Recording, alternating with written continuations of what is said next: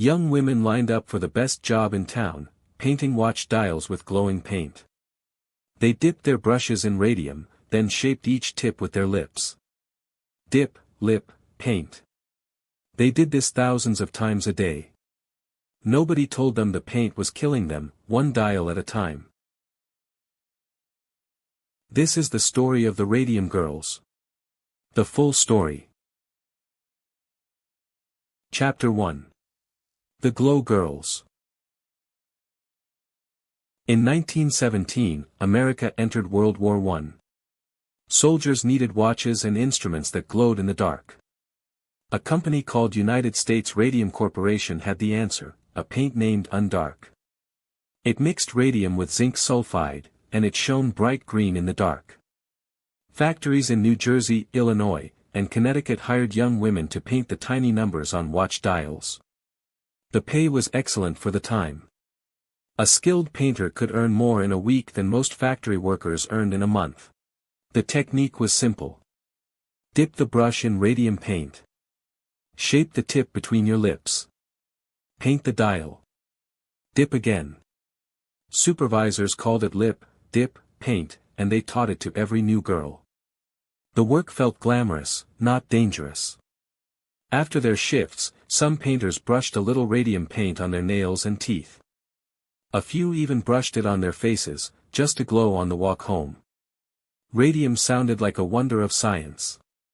Health tonics, toothpaste, and cosmetics all used the word as a selling point. Down the hall, something did not add up. The company's own chemists never touched raw radium with bare hands. They used lead screens, tongs, and protective masks. They handled the same material the dial painters put in their mouths all day. When workers asked if the paint was safe, they were reassured. No one explained why the chemists needed all that protective gear. By the mid-1920s, factories using this method operated in New Jersey, Illinois, and Connecticut. More opened later in other states. Historians estimate that around 4,000 people did this work in the United States and Canada over the following decades. Most were teenagers or women in their 20s. The pay was nearly triple what an ordinary factory job paid at the time.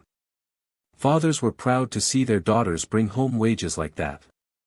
Local newspapers sometimes wrote about the dial painters as a modern success story.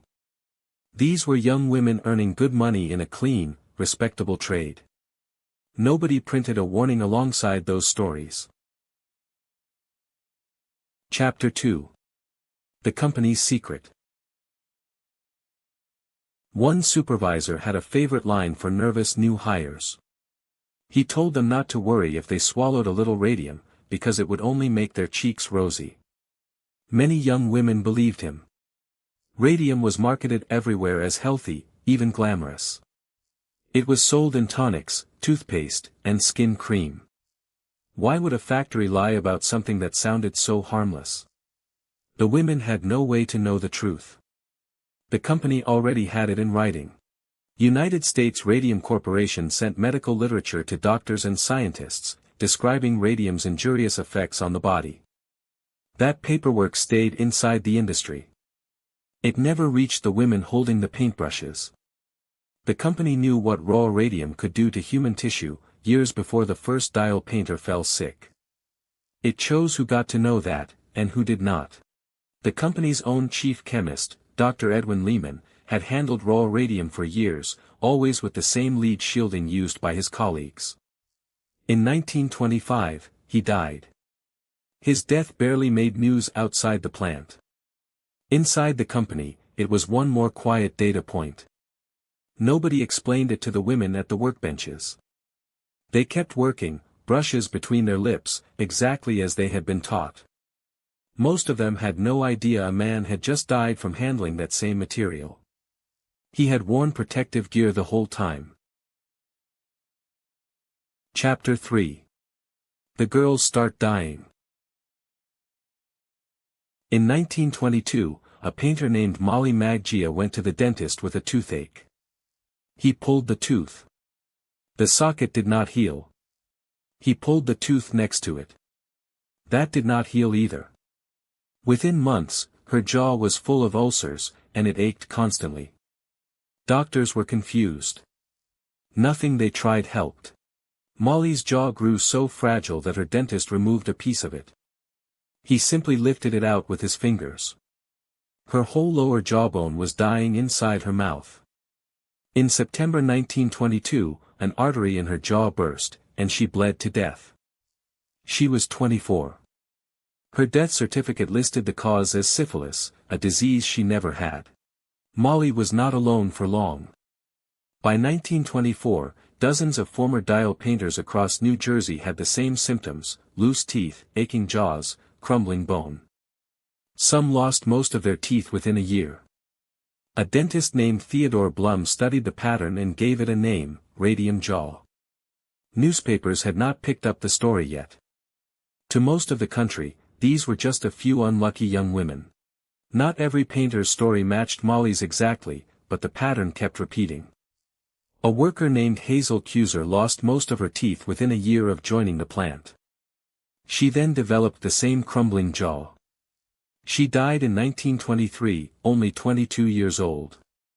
Case by case, doctors across New Jersey were quietly compiling a list of young women with nearly identical, agonizing deaths. There was no accepted medical explanation yet for why. Jaw pain was only the most visible symptom. Other painters developed severe anemia. Some had bones that fractured with no real injury at all. Others had joint pain that never fully went away. Some could no longer have children. Doctors had never seen a case like this before. The symptoms seemed to attack every part of the body at once. A woman could walk into a clinic with a sore foot. Within a year, she could be unable to walk at all. Before we move on to the next chapter, if you're enjoying this, please like the video, follow so you don't miss future videos, and turn on notifications. Chapter 4. The Cover-Up. In 1925, a Newark doctor named Harrison Martland began investigating the deaths. He tested former dial painters, living and dead, with a Geiger counter. Their bodies were radioactive. Years after they left the factory, their bones still gave off measurable radiation. Radium behaves like calcium in the body. It settles into bone and stays there, releasing radiation for the rest of a person's life. United States Radium Corporation hired Harvard scientist Cecil Drinker to inspect its factory. Drinker found unsafe radium dust in the air and no real safety measures for the painters. He wrote up his findings and gave them to the company. The company's president, Arthur Roeder, altered the report before sending a copy to New Jersey's Labor Department. He softened the parts that made the factory look dangerous. Dringer's colleague, Alice Hamilton, later discovered the change and helped get the Rayall report published. The company also hired its own expert, an industrial toxicologist named Frederick Flynn. He examined the sick women and declared them essentially healthy. Flynn was not a licensed physician. When Drinker refused to back down, Roeder threatened to sue him. For years, the company's public position stayed the same: the women were not sick from radium. Some officials even suggested they had syphilis instead. Company officials floated another explanation for the illnesses. Some claimed the firm had hired physically frail women out of simple charity. They implied the sickness had nothing to do with the work itself. Doctors sympathetic to the company avoided publishing findings that pointed back at the factory floor. Independent researchers who did publish found their results dismissed or ignored. For years, this made it nearly impossible for a sick painter to prove what had made her sick. That stayed true even as the science became clear. Chapter 5. Grace Fryer's Fight. One of the sick painters, Grace Fryer, decided to sue. She wanted a lawyer willing to take on a powerful chemical company, and that took her 2 years to find. Most attorneys said no. The case looked too hard to win, and too expensive to fight. In 1927, a young lawyer named Raymond Berry finally agreed to help her. He took the case on contingency, meaning he would only get paid if they won. Fryer and 4 other painters filed suit against United States Radium Corporation, Edna Hussman, Catherine Schaub, Quinta MacDonald, and Albina Larice.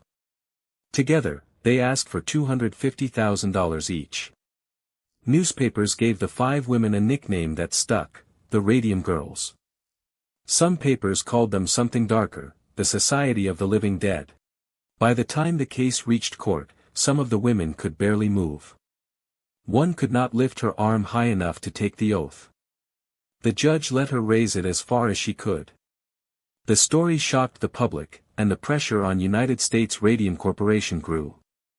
In June 1928, just before the case reached a jury, the company settled. Each woman received $10,000. She also got an annual payment of $600 for life, plus full coverage of medical and legal costs. Grace Fryer died 5 years later, at 34, from a radium-caused tumor in her shoulder. None of the 5 women who filed that lawsuit lived to see old age. Quinta MacDonald died the following year, in 1929. Grace Fryer and Catherine Schaub both died in 1933. Edna Hussman died in 1939, and Albina Larice, the last of the 5, died in 1946. The settlement had bought them proper medical care and a measure of public justice. It could not undo what years of lip-pointed paintbrushes had already done to their bones. Chapter 6. Ottawa's Second Wave. The New Jersey case made headlines across the country. You might expect every radium paint factory to change its practices right away.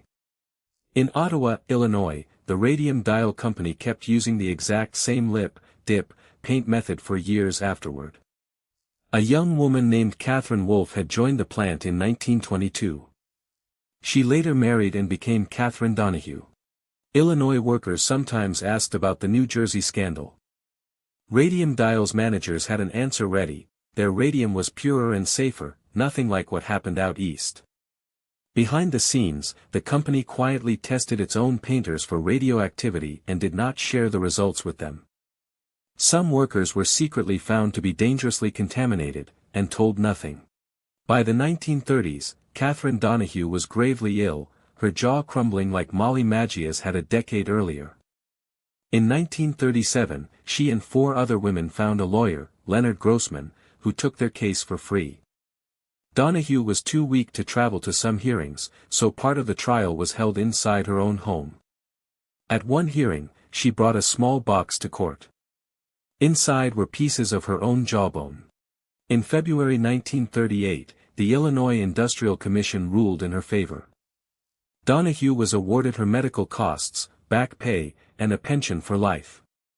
She died just months later. Radium Dial fought the ruling all the way to the United States Supreme Court. In October 1939, the court refused to hear the appeal, and the original ruling stood. It was the first time a company was formally held responsible for the long-term health of its workers. As the Illinois case dragged through the courts, the Radium Dial Company closed its Ottawa plant. It reopened under a different name in New York, far from the commission that had ruled against it. A rival firm nearby was started by a former Radium Dial executive. It kept painting dials with the same lip-pointing method for a few more years, in the very same town. The technique did not fully disappear from American factories until the 1940s. That was roughly 2 decades after the first warnings reached United States Radium Corporation's own files. Chapter 7. What the Law Learned. The Radium Girls cases changed more than 2 companies. In 1936, Illinois passed the Occupational Diseases Act.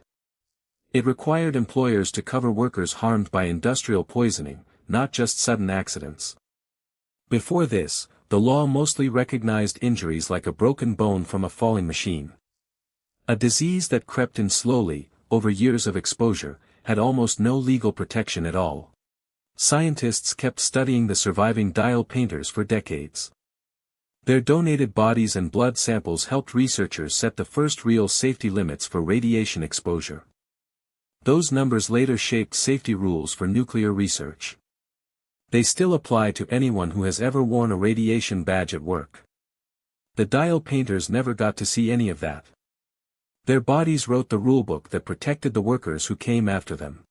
Some dial painters lived on for decades, carrying trace amounts of radium in their bones the entire time. In 1968, a research center opened at Argonne National Laboratory just to study them. It gave them regular checkups, decades after they left the factory floor. The last known survivors of the original radium dial workforce lived into their hundreds. One died in December 2014, at the age of 107. Scientists were still learning from her generation, nearly a century after the first paintbrush touched a glowing watch dial. The Radium Girls did not just win a settlement. They proved a company could be forced to answer for a danger it knew about and hid. That answer had to come in court, on the record. This idea barely existed before their case. It became a foundation of modern workplace safety law. Decades later, workers poisoned by asbestos, by lead, and by 100 other slow industrial harms followed the same path. They built their cases on ground these dial painters cleared first. Their glowing bones lit a path they never got to walk themselves. That is the story of the Radium Girls. They lit up a factory floor first. Then they lit up something bigger, the fight for every worker's right to know what a job was doing to their body. History always has one more secret. Follow the oddities of history, and witness the past up close.